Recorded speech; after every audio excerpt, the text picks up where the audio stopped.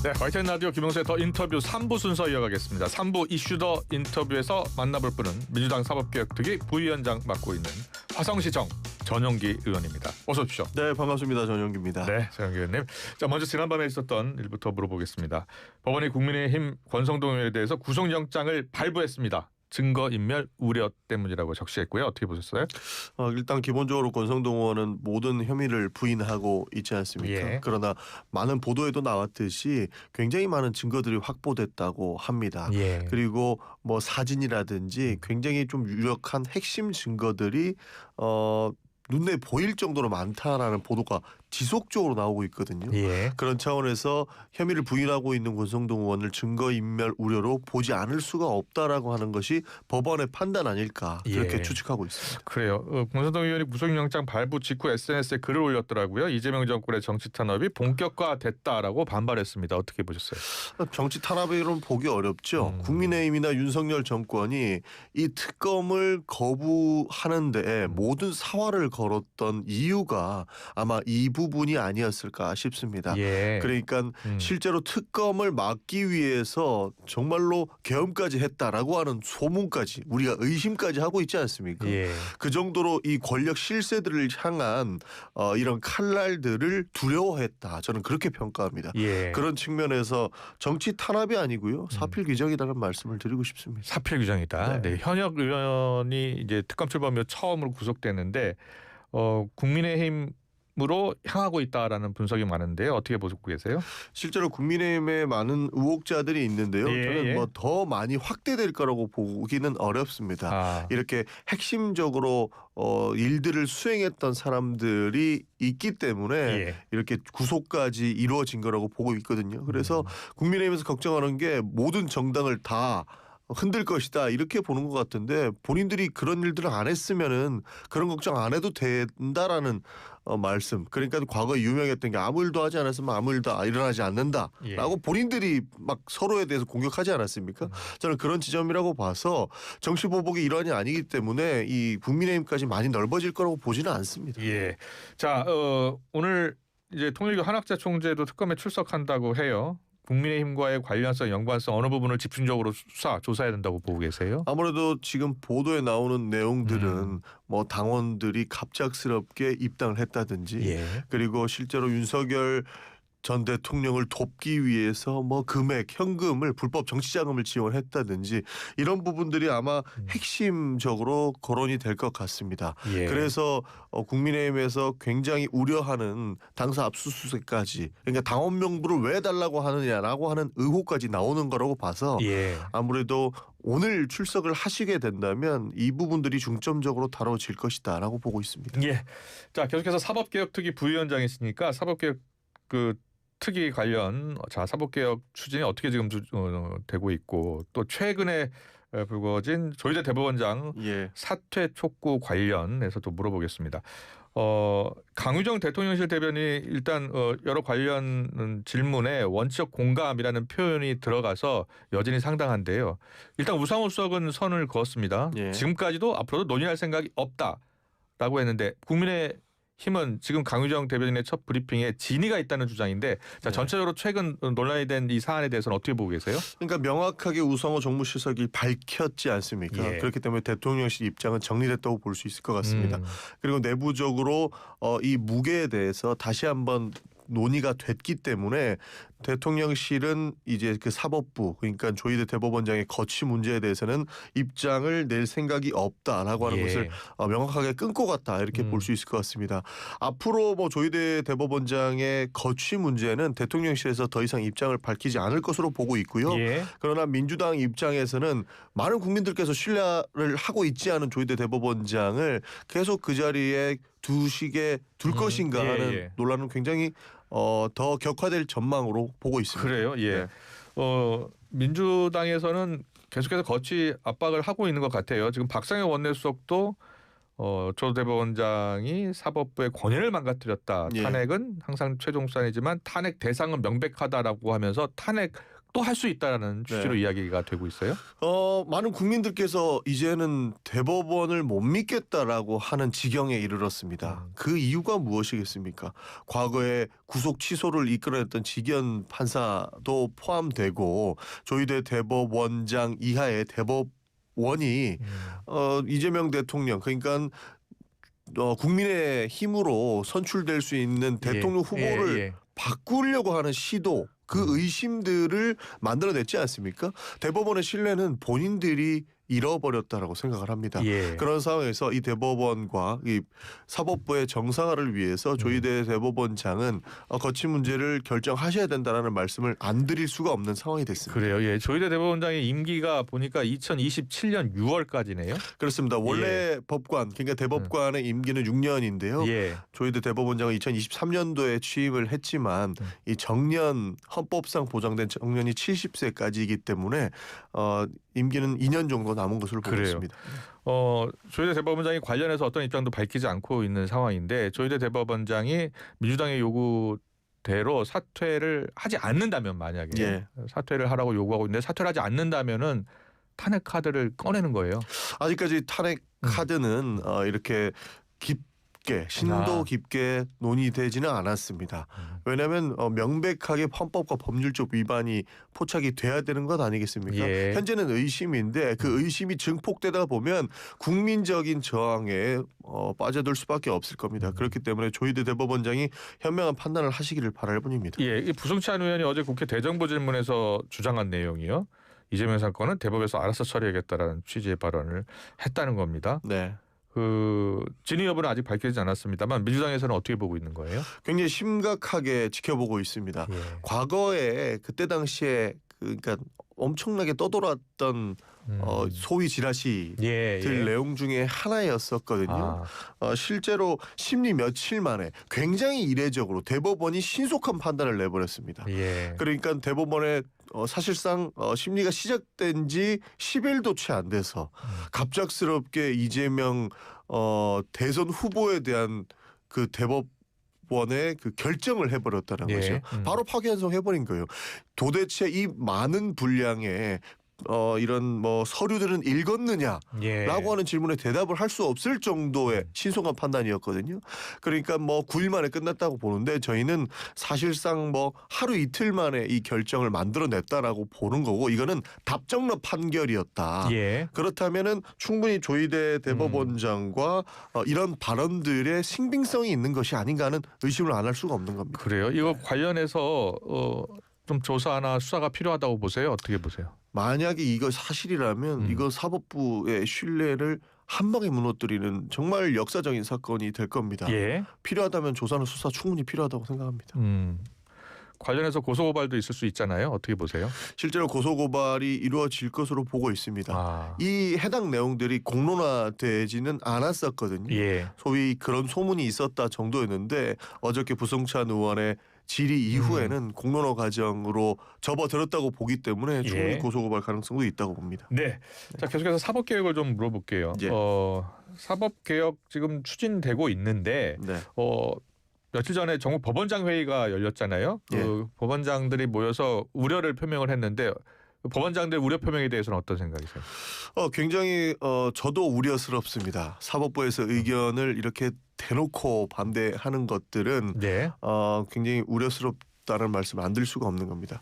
과거에도 법관회의가 여러 번 있었습니다. 실제로 2024년 12월 4일 그러니까 계엄 다음 날에도 전국 법관회의가 열렸었는데요.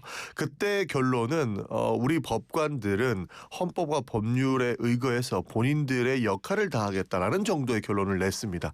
그러니까 헌법과 법률에 의해서 이런 규칙들이 정해지면 본인들은 사법부 역할을 다하겠다라고 하는 정도 그 정도 의견을 표출하는 것이 보통의 대법원에서 이루어진 전국 법관회의 였거든요. 그러나 이번에 대법관을 증원하고 이런 여러 가지 제도를 개선하겠다라고 하는 데에는 본인들은 왜 우리가 빠졌냐라는 식으로 예. 반발하고 그 있어요. 동참하고 싶다라는 취지도 있었던 것 그렇습니다. 같아요. 예. 뭐 당연히 지금도 동참하고 있는 거라고 봅니다. 예. 공론화 과정 중에서 본인들의 의견을 밝혔고 몇 명 정도 할 수 있다. 그러면 수용하겠다라는 의견도 내지 않습니까? 예. 그게 결국에는 이 공론화 과정 중에 들어와 있는데 저희가 사개특위에서도 대법원의 입장을 들은 바가 있거든요. 예. 그런 차원에서 이미 참여를 하고 계신 것인데 법관회의까지 열어서 반대의 성명을 내는 것은 오히려 더 많은 우려를 낳고 있는 것이다라고 보고 있습니다. 예, 우리 청취자 여러분들을 위해서 이 사법개혁안 지금 이제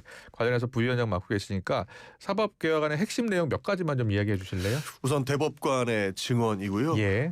모든 권력은 민주적 통제가 필요하다라고 해서 평가제도도 개선하고 추천위원회에도 이렇게 많은 사람들이 들어가서 평가를 할 수 있게끔 그러니까 추천할 때부터 그리고 마지막에 평가가 될 때까지 민주적 통제 장치를 넣고 있는 것이다. 대법관수 증언. 예. 그렇습니다. 그게 가장 핵심이고요. 핵심은 대법관수의 증언입니다. 아, 그래요. 지금도 한 분의 대법관에 한 3,000여 건의 예. 그 사건들이 있거든요. 네. 신속하게 진행되고 있지 못한 부분이 굉장히 많습니다. 그래요. 그렇기 때문에 대법관을 더 늘려서 이 재판들을 나눠서 신속하게 사법 서비스를 하는 것이 대법원의 역할이 될 거라고 보는 겁니다. 그래서 예. 그 부분이 핵심입니다.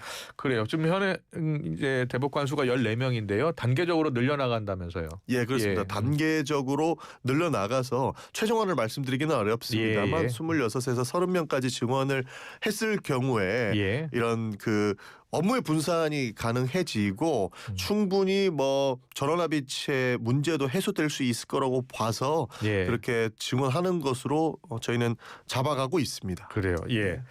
그런데 이 법원행정처가 이 대법관 증언 관련해서 예산 1조 4천억 원을 책정을 했다고 해요. 이게 좀 논란인 것 같아요. 그렇습니다. 법원행정처가 처음에 대법원에 그 법관을 8명 이상 증언했을 때 그러니까 8명 이상 증언해서 한 30명까지 증언했을 때는 새로운 그 청사가 필요하다. 지금 청사는 수용이 불가능하다라고 해서 새로운 청사 내용까지 포함한 거예요, 이게. 예, 1조 4천억 정도 더 든다고 이야기를 했습니다. 예. 그래서 그 근거가 무엇이냐라고 저희 의원실에서 질문을 했더니 예. 서초동의 공시지가 그러니까 서초동 땅값이 한 1조 정도 더 든다. 그리고 이제 건물을 짓고 기타 여러 가지 해서 1조 4천억에서 1조 6, 7천억 정도 든다라고 답변을 보내온 겁니다. 아, 그래서 지금 이전 이야기가 나오는 거예요? 지방 이전 이야기가요? 그렇습니다. 그게 한 15,000평 정도 되는데요. 예. 서초동 부지면은 실제로 한 1조 정도 나옵니다. 아, 그래요? 그러나 세종 국회의사당 수준으로 해서 세종시로 간다면 15,000평 부지는 한 500억 정도. 그러니까 20배 이상 저렴해지거든요. 예. 그러니까 왜 서초동에 꼭 있어야 되느냐. 1조 이상 들어가고 서초동에 지을 수는 없다. 지방 이전을 검토해라라고 하는 여론들이 올라오기 시작한 지금 겁니다. 이전 방안도 나와 있는 게 있습니까 혹시? 원래 그 대법원의 소재지가 법에 예. 서울특별시에 있어야 된다 이렇게 그래요? 되어 있거든요. 그 부분을 개정하면 예. 이전은 충분히 어려운 문제가 아니라고 봅니다. 예. 그리고 혹시 내란 전담 재판부 관련해서도 뭐 특위 차원의 논의는 아닙니다만 상시화하는 뭐 그런 법안도 만들어질 수 있는 거예요? 어떻게 보세요? 상시화한다기는 예. 어려운 말씀입니다만 예. 이미 그런 전담 재판부는 많습니다. 예. 그러니까 행정소송은 행정법원에서 하고요. 그러면 가사 소송은 가정법원에서 합니다. 그리고 최근에는 지식재산권과 관련된 전담부가 신설됐어요. 예. 이렇게 전문성을 요하거나 그리고 객관성을 담보할 때는 전담부서가 새로 생기는 건데 이 내란특별재판부 그러니까 특별자에 예. 사람들이 많이 포커스 돼가지고 법원 외에 새로운 법원을 만들려고 하는 것 아니냐라고 하는 우려가 있는데 이것은 헌법상 불가능하고요. 예. 법원 내에서 법관의 지위를 가지고 있는 판사들로 하여금 전담재판부를 만드는 것은 위헌 논란이 있을 수도 없는 부분이라서 저는 예. 충분히 가능하다고 봅니다. 그래요. 이번 뭐 내란 전담 재판부뿐만이 아니라 다음에도 이 중요한 사건이 있을 때는 전담 재판부가 필요하다는 생각이고요. 뭐 전담 재판부가 필요하고 이 또한 예. 조희대 대법원장 이하 대법원에서 충분히 객관성과 공정성을 담보할 수 있는 조치가 있었다면 예. 나오지 않았을 논란이라고 봅니다. 예. 그러나 직위원 재판부가 윤석열 전 대통령의 사상 초유의 날이 아닌 시간으로 계산한다는 논리로 구속 취소까지 이루어졌는데 예. 거기에서 객관성과 신뢰성의 문제가 생겼음에도 불구하고 직접적으로 그 재판부에다 이 내란 사건을 맡기는 것 자체가 본인의 신뢰를 잃는 것에 저는 초석이 되었기 때문에 그 또한 초반에 막지 못했던 것도 결국에는 그 거취 문제까지 이어지는 형태가 됐다라고 보고 있습니다. 네. 그리고 어제 이재명 정부가 5개년 국정계획 발표하면서 첫 번째 과제로 개헌을 뽑았잖아요. 예. 4년 중임제. 이제 본격적으로 추진되는 거예요. 과거부터 지속적으로 논의가 됐기 때문에요. 이 예. 또한 국민적 여론이 필요한 겁니다. 예. 그리고 4년 중임제라는 이야기 나오면 이재명 한 번 더 해먹으려고 하는 거 아니야? 뭐 이런 논란으로 빠지기 쉽습니다. 예. 그러나 예. 정확하게 말씀드릴 수 있는 것은 원래 이런 4년 중임제가 새로 개헌이 되면 현직 대통령은 해당 사항이 없으니까 그런 예. 걱정부터 좀 털고 갔으면 좋겠습니다. 예. 이제 이 4년 연임제뿐만이 아닙니다. 결선 투표제도 도입되는 거죠. 결선 투표제도 논의 대상에 포함됩니다. 예. 기본적으로 과거부터 늘 이렇게 이야기가 돼 왔던 것이 결국에는 결선 투표해야 된다. 과반 이상의 득표를 받아야만 더 힘을 받는다라는 이야기가 있지 않았습니까? 예. 그런 차원에서 결선 투표도 논의가 충분히 될 수 있다라고 봅니다. 예.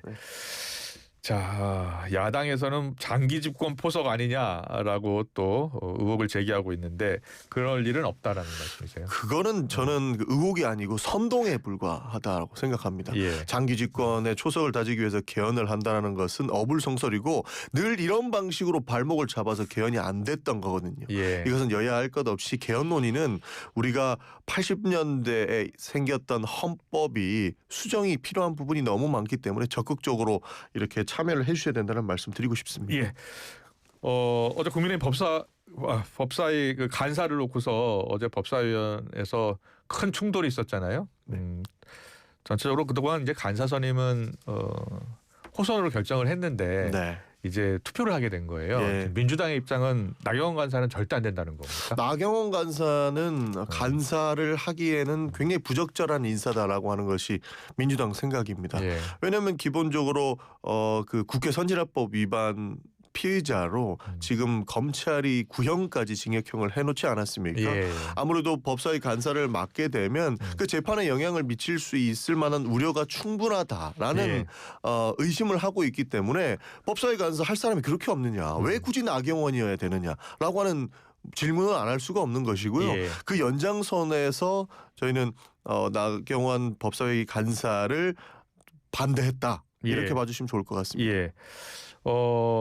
일단 국민의힘이 다시 재추진할 가능성이 있다는 거예요. 나경원 의원을. 어떻게 되는 거예요? 그러나 이미 법사위에서 안건으로 올라갔고 예. 부결됐기 때문에 예. 올해 하기에는 절차적 문제가 또다시 발생할 겁니다. 그러니까 굳이 나경원 의원을 고집할 게 아니라 더 훌륭한 분들 많잖아요. 예. 그분들 추천하시면 됩니다.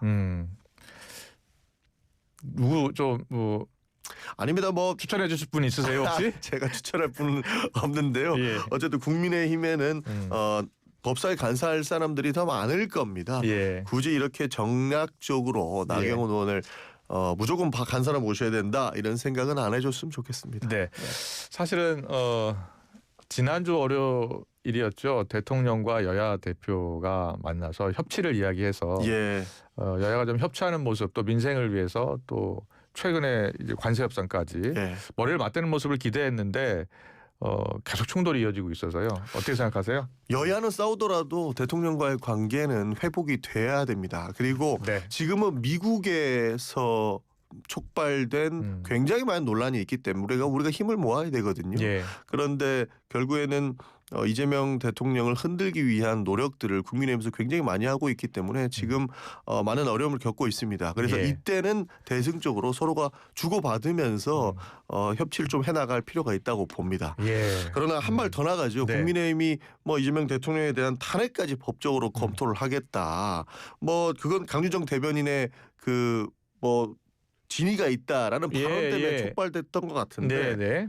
그렇게 되면 헌법 위반 정당이 도대체 어딘가 하는 논란에 다시 빠지게 될 거고요. 저는 위헌정당 심판의 지름길을 본인들끼리 만들어서 걸어가고 있다. 그렇게 평가를 합니다. 그래서 그런 싸움들은 조금 좀 지양해야 된다는 말씀 드리고 싶습니다. 네.